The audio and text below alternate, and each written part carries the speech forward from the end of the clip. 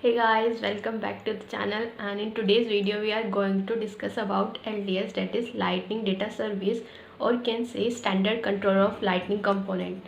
So let's start. So Salesforce provided this feature in summer 17 release. Using this component we can load, create, edit or delete a record without writing a Apex code. If you have a Lightning application that creates, read, update or delete the records, then LDS is best or the most efficient way to do or perform CRUD operations.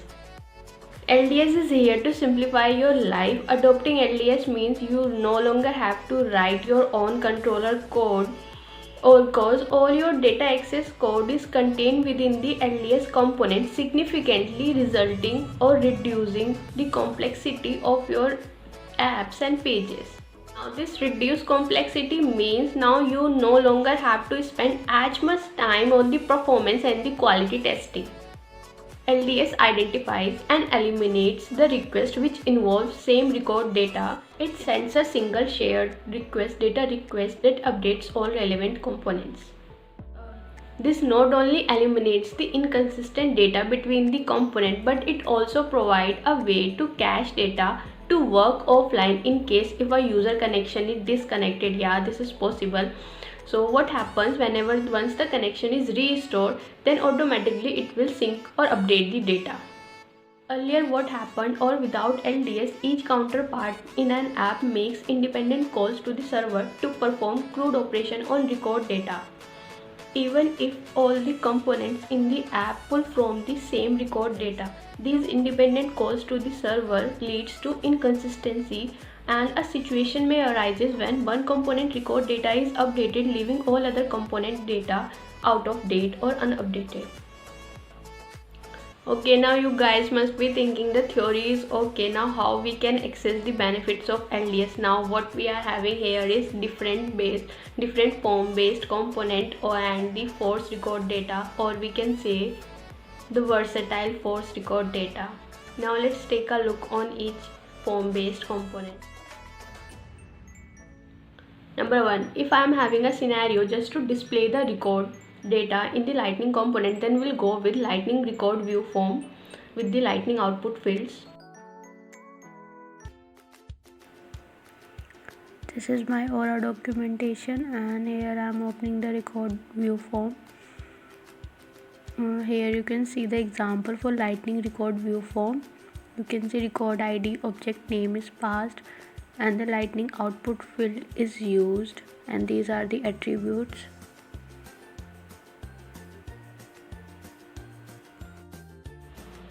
Number 2, Lightning record edit form. If I am having the scenario to create and edit the records, then we'll go with Lightning edit record form. This is with the Lightning input fields. And now this form is used to add a Salesforce record or update the field in an existing record. And here let's see the example. Now in the example, as you can see here, Lightning button is there of type submit.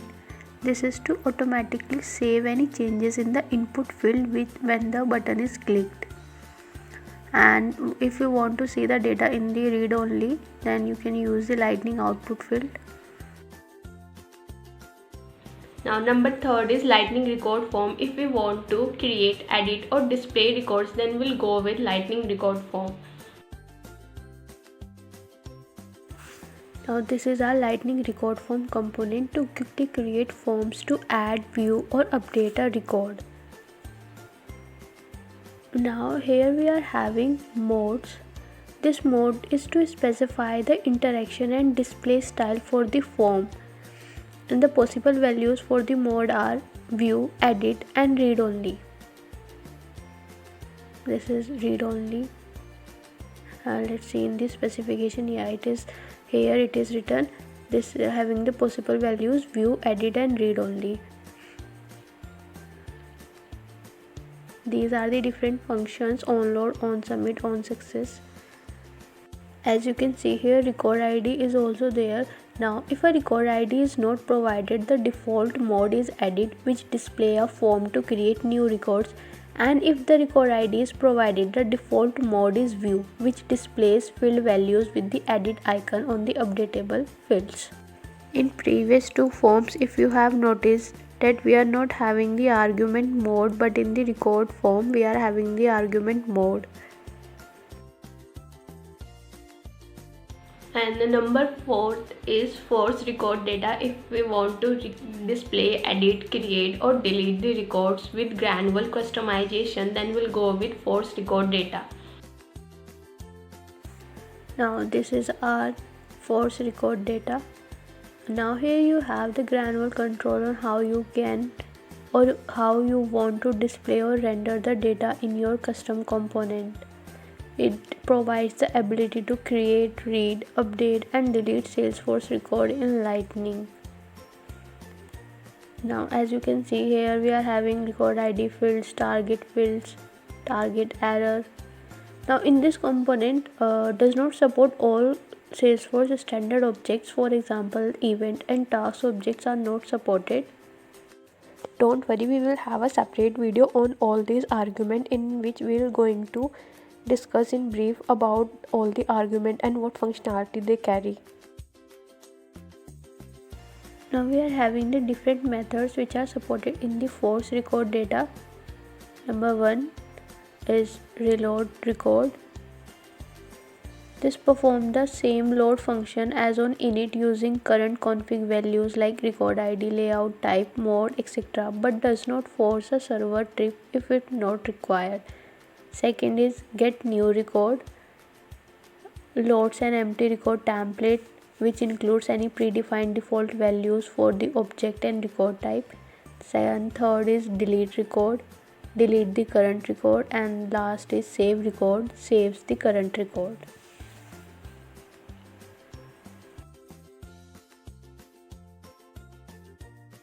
For most use cases, Lightning Record Form is a great start because it combines and simplifies the functionality of Record Edit Form and Lightning Record View Form.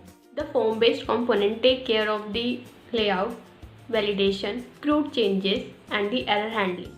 Now let's discuss the benefits of the Lightning form-based component.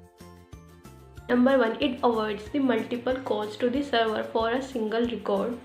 Number 2, offline record management. Number 3, reduce the page loading time from second to milliseconds. Number 4, improves the cache performance and the record is shared across all the components. Number 5, reduce the app server load and the database server load. With benefits, we are also having some limitations of LDS, and these are